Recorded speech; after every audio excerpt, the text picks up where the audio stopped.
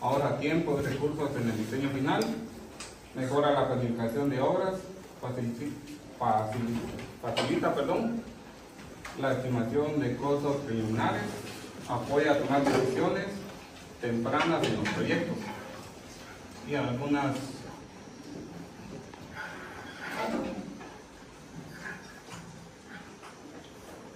desventajas, ¿verdad?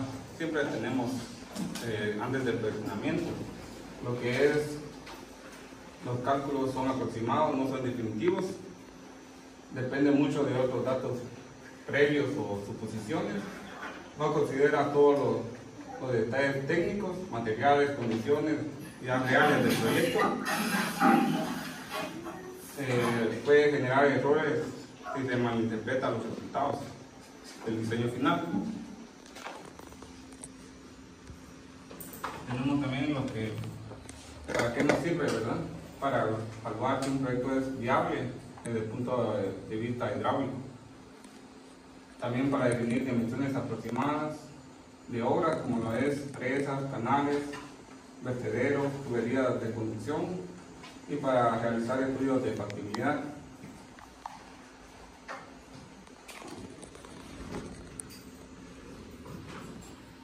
Y aplicaciones de generación eléctrica, diseño de plantas hidroeléctricas, cálculo preliminar de caudales y salto de agua, evaluación de áreas de potenciales para instalaciones de turbinas, optimización del uso del recurso hídrico, ¿verdad? Bien, acá tenemos una pequeña introducción de lo que se va a tratar, el tema que el ingeniero nos va a impartir. A continuación voy a leer la hoja de vida del ingeniero Pablo. El ingeniero Pablo Lucas es guatemalteco con más de 21 años de experiencia en el diseño, construcción y evaluación de obras civiles e infraestructura energética. Es ingeniero civil ingresado de la OSAC, con una maestría en ingeniería estructural y una segunda maestría en generación de proyectos internacionales. Se ha capacitado en energías renovables, de desarrollo, de proyectos fotovoltaicos y mercados eléctricos tanto en Guatemala como en España.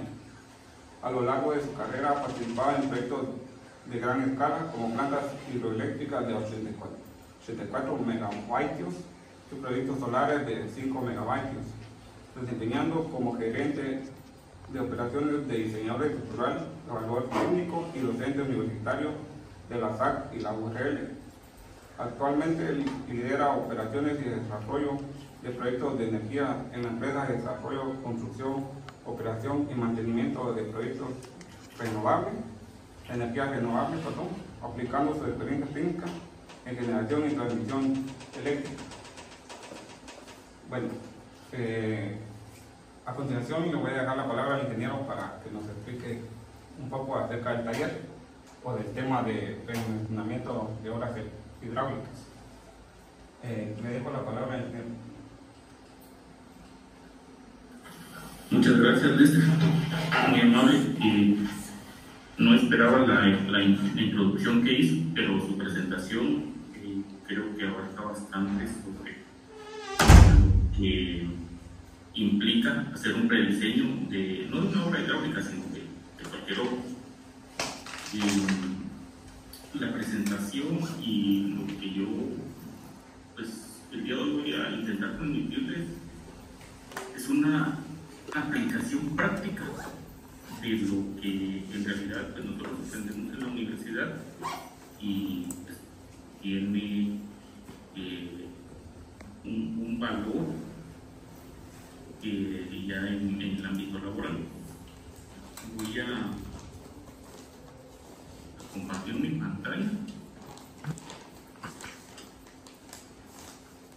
Generación de cualquier tecnología. Ahí pueden estar las hidroeléctricas, los fotovoltaicos, pueden estar los que generan con diésel, los ingenios que tienen más de un tipo de generación, etc.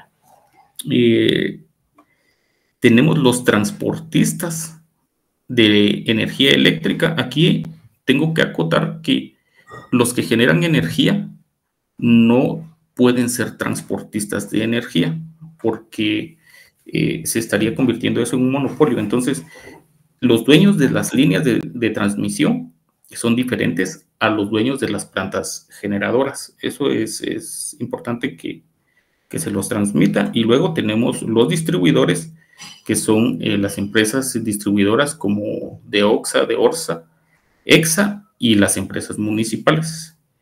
Tenemos también una figura que es el comercializador, que es una persona que se encarga o una entidad que se encarga de gestionar contratos entre generadores o entre transportistas y generadores, es decir, dentro de los participantes del mercado.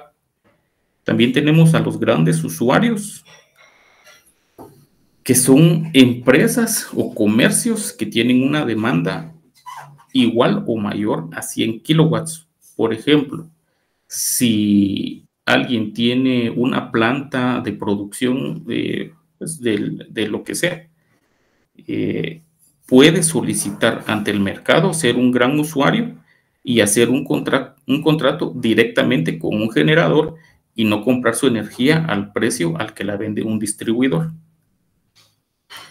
Y luego tenemos los generadores GDR, que son generadores con capacidad instalada menor a 5 megawatts. ¿Tienen dudas hasta este momento o sobre este tema que justamente está en la lámina que están viendo? Normalmente las personas tienen dudas: quién es el generador, quién es el transportista. Si tienen dudas, pues me gustaría escucharlos antes de continuar.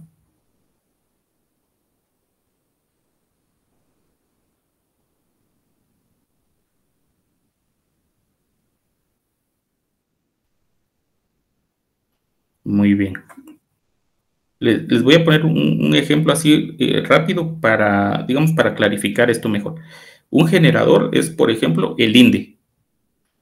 El INDE es un generador, tal vez algunos de ustedes han tenido la oportunidad de ir a la planta Chixoy. Ellos son propietarios de Chixoy. Es una entidad pública, pero son generadores. Si ustedes cuando están transitando una carretera ven que hay torres de energía eléctrica, esas son torres normalmente de 230,000 kilovoltios. Esas torres no pueden ser propiedad del INDE o de otro generador, tienen que ser propiedad de un transportista. Por ejemplo, ¿quién? Trelec. Trelec es transportista de energía y el negocio de ellos es tener líneas de alta tensión para transportar la energía que va desde la planta generadora hasta las zonas urbanas donde la energía la descarga del sistema un distribuidor para vendérsela al usuario final. ¿Verdad? Entonces tenemos aquí tres entidades diferentes, que sería el generador, como ejemplo el INDE, el transportista, que son los propietarios de las torres de alta tensión, y los distribuidores, que pues esos son más familiares a nosotros, como de ORSA o la EXA. Luego, para dejar un poco claro el tema de los grandes usuarios, les voy a poner, por ejemplo, Cementos Progreso. Cementos Progreso, en su planta, seguramente tiene una necesidad mayor a 100 kilowatts de potencia. Entonces, Cementos Progreso no tiene por qué conectarse a una línea de distribución, sino que más bien ellos pueden hacer un contrato directamente con un generador y comprarle directamente al generador. Esta gráfica que ustedes pueden ver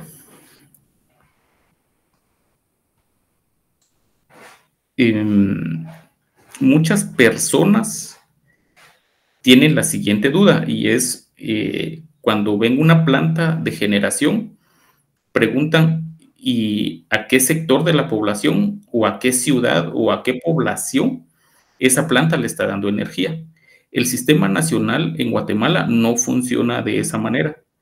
El sistema nacional en Guatemala es un anillo de alta tensión. Entonces, todos los generadores entregan su energía a ese anillo que se llama Sistema Nacional Interconectado, y todos los que necesitan energía van y se conectan a través de una subestación a ese anillo para poder descargar la electricidad.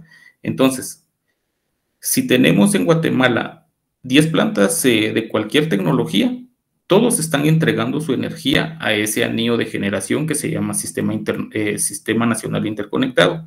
Y todos los que tienen necesidad de energía van y se conectan a través de una subestación a ese mismo sistema para descargar de ahí la energía y hacer uso de ella.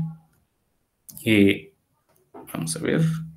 Este es un esquema de cómo funciona. Esta línea roja representa el sistema de alta tensión, este círculo verde el sistema de media tensión, y pueden ver ustedes que los generadores, que son los que están marcados con una letra G, entregan su energía a este anillo, y luego quienes necesiten esa energía, por ejemplo, que en este caso vamos a llamarle distribuidores, van, se conectan ahí, extraen la energía y se la entregan a los domicilios.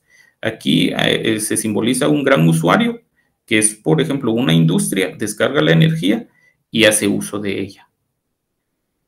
Y, digamos, esto es un esquema. Esto que ven en esta nueva lámina es cómo en realidad en Guatemala están distribuidas las líneas de alta tensión, las subestaciones y las plantas de generación eléctrica. Si ustedes tuvieran curiosidad o duda de cómo funciona, pueden entrar a este vínculo que les dejé acá abajo, y ahí van a encontrar el Atlas de la Energía Eléctrica de Guatemala. Es bastante dinámico, pueden ir apagando y encendiendo los layers y ven cómo es que están distribuidas las líneas de alta tensión, las plantas y las subestaciones en Guatemala.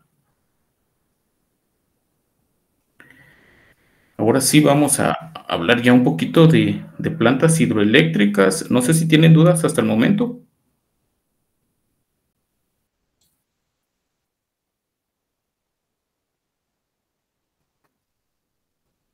Muy bien. Vean, una planta hidroeléctrica, esta fotografía se las agregué acá porque es bastante ilustrativa. Muchas veces las plantas hidroeléctricas tienen la presa en un lado, tienen un embalse en otro, así a 2, 3 kilómetros. La tubería es de 2 o 3 kilómetros también y todo está lejano, pero en esta fotografía está todo el conjunto en un mismo lugar. Para ir comprendiendo las partes de la planta hidroeléctrica acá arriba, ustedes pueden ver que esto es la presa. Esta presa lo que hace es embalsar el agua detrás de ella. Luego la libera a través de unas compuertas que están en el fondo para transportar el agua a través de estas tuberías hasta la casa de máquinas. Aquí en este sector de abajo está la casa de máquinas donde se encuentran las turbinas y los generadores. Entonces, en esta presa, en esta planta hidroeléctrica, todo está muy cercano. La presa donde se embalsa el agua, la tubería que transporta el agua hacia la casa de máquinas, acá adentro están los generadores. Inmediatamente que se genera, ya acá va siendo transportada la energía eléctrica, y esta es la subestación que interconecta la planta de generación al sistema nacional.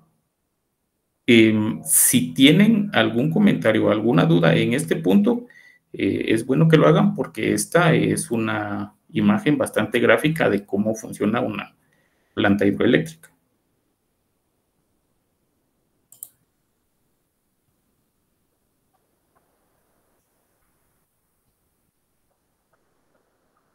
¿No? ¿Sí?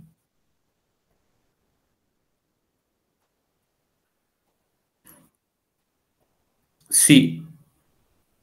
Este edificio que ustedes ven acá abajo, no sé si pueden ver mi cursor.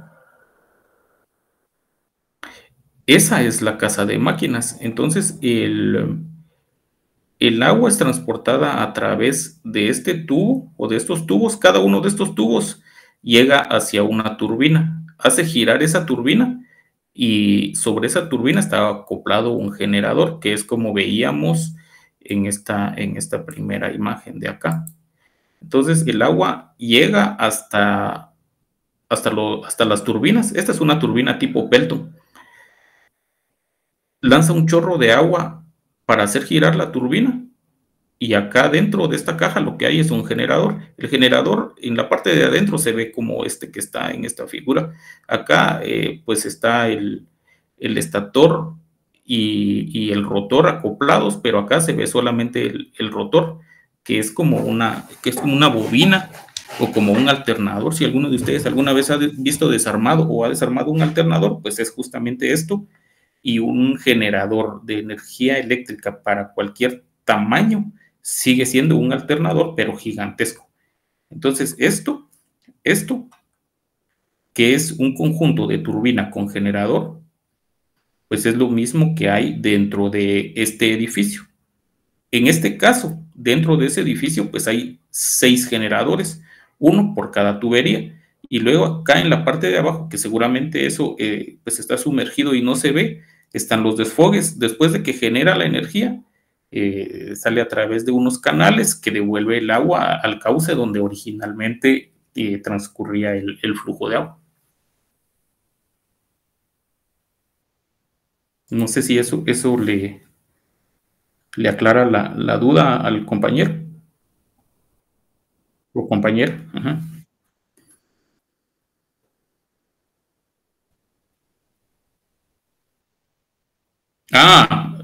Perdón. Em, Esta planta en realidad no sé dónde está ubicada.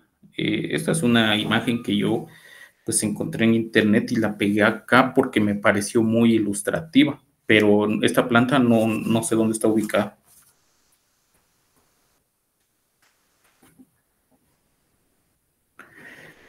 Bueno, entrando ya en materia de lo que venimos, vamos a hacer una primera estimación de la potencia que nos puede entregar una planta. Cuando alguien quiere estimar si puede o no generar energía eléctrica en algún caudal que tenga, ya sea privado o público, lo primero que tiene que hacer es un estudio del comportamiento de ese caudal durante el año. Entonces, o por lo menos tener una buena idea de si es un caudal muy pequeño, si se seca en el verano o no se seca, porque si se seca definitivamente no es útil. Si no se seca, es interesante, y si se mantiene más o menos estable, pues es más interesante aún.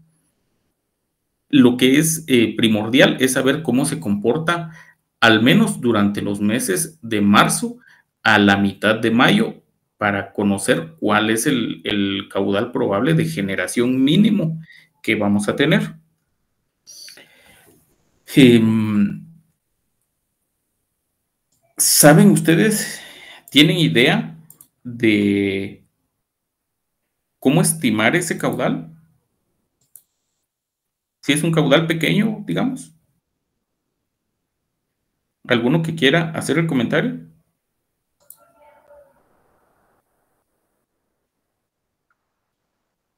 ¿Han aforado antes?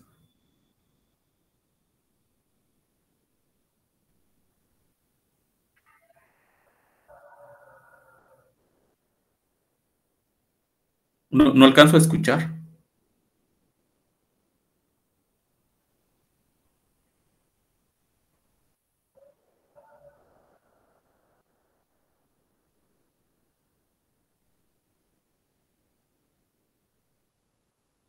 Sí, justamente eso es. Solo que tenemos que llevar una estadística si queremos evaluar un caudal con propósitos de generación, y si tenemos una intención seria de que queremos generar energía eléctrica. Entonces, durante la época del año hacemos lo que está diciendo ahí nuestro compañero, midiendo. Hay varias formas de medir. Si no es muy grande, se puede construir un canal y se coloca un dispositivo de medición, se mide con un molinete o con cualquier otro otro dispositivo que nos permita saber cómo se comporta el caudal a lo largo del año. Luego necesitamos considerar cuál es la diferencia topográfica entre el punto en el que nosotros queremos embalsar el agua y el punto donde queremos generar. En este caso, podemos ver que hay una diferencia de alturas dentro de la presa y la casa de máquinas, y esa es la altura que nosotros necesitamos conocer primordialmente para hacer una primera estimación. Entonces, tenemos dos datos. Para hacer una primera estimación de cuánta potencia nos puede entregar un caudal y una altura con la intención de construir una planta hidroeléctrica, estos dos datos son los primordiales. El caudal estimado y la diferencia topográfica entre los niveles donde queremos colocar el embalse y donde iría nuestra casa de máquinas.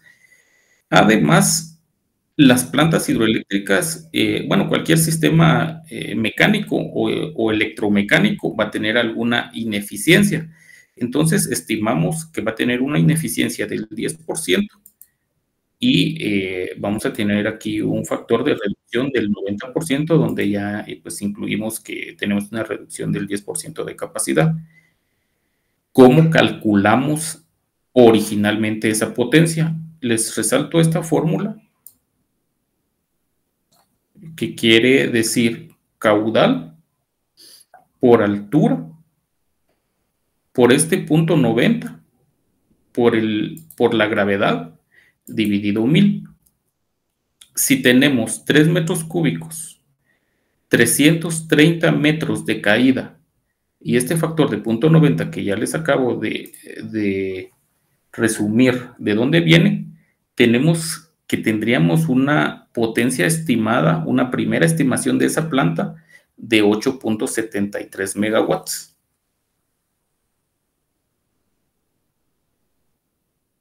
Ahora, ¿para qué nos alcanza esos 8.73 megawatts?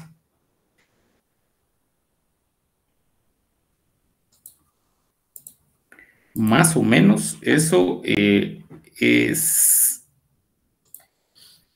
la producción para 3,000 hogares.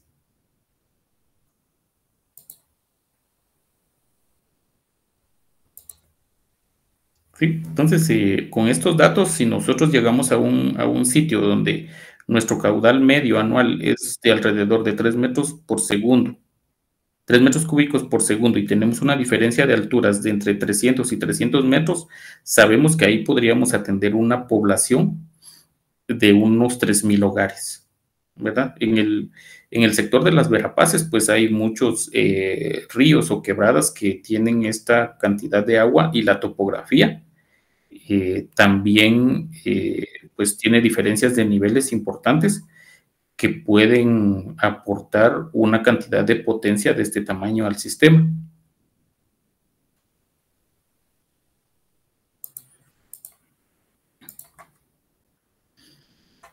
No sé si pueden ver esta gráfica, si ya les aparece.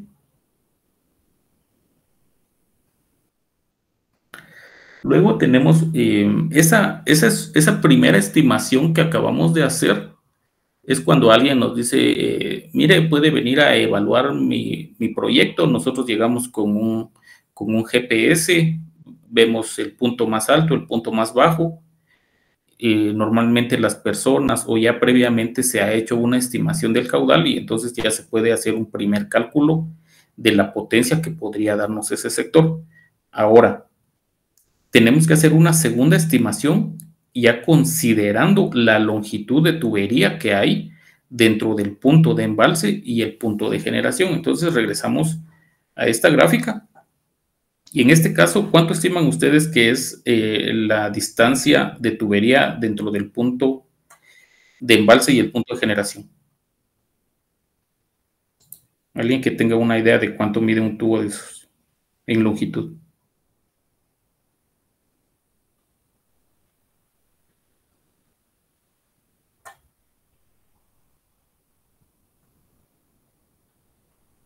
¿Nadie? ¿Algo pues así al ojo? ¿Creen ustedes que ahí habrán que 50 metros o 100 metros de tubo?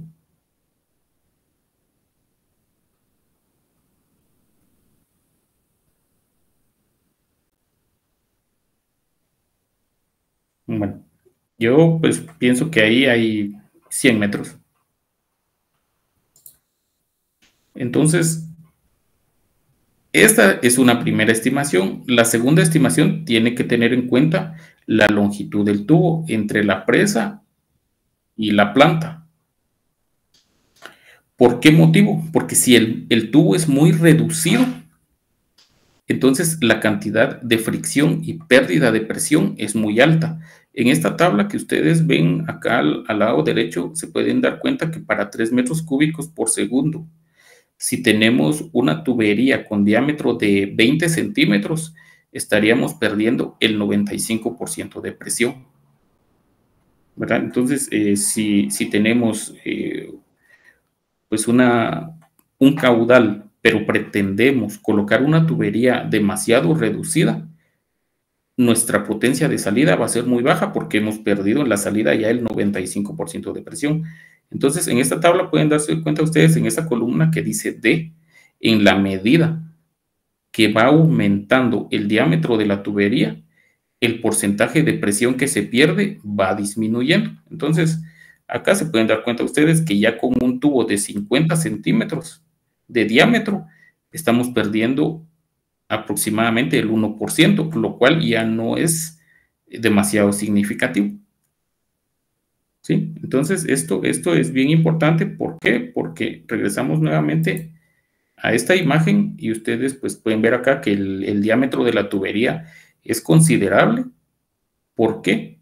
Por este motivo, porque nosotros necesitamos tener la menor cantidad de pérdida de presión en el traslado de agua entre la presa y la planta.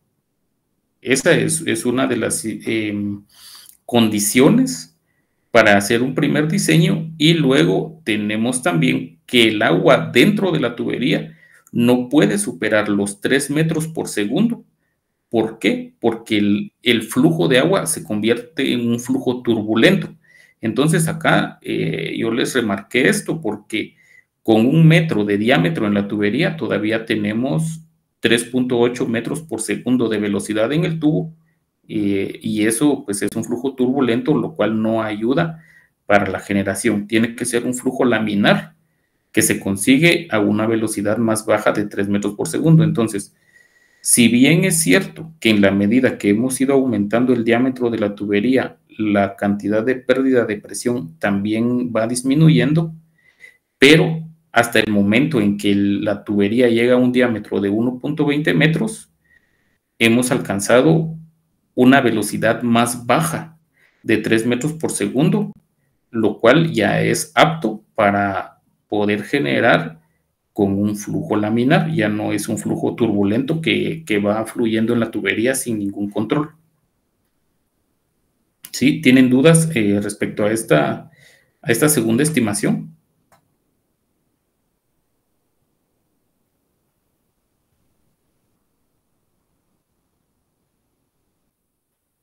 Bueno, pasamos a esta otra lámina.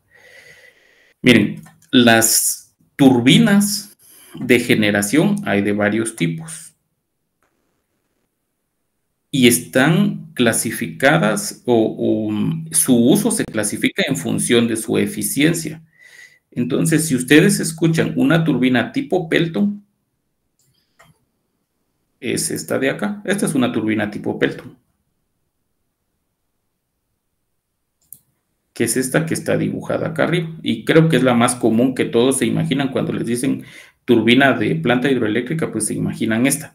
Esta es muy eficiente cuando tenemos caídas de agua o diferencias topográficas que rondan los 300 metros de altura, pero los caudales son menores a 30 metros cúbicos por segundo. Digamos, si en este sector de altitud nosotros tenemos un caudal más alto de 30 metros cúbicos por segundo, entonces no usamos una turbina Pelton, sino que utilizamos una turbina Francis.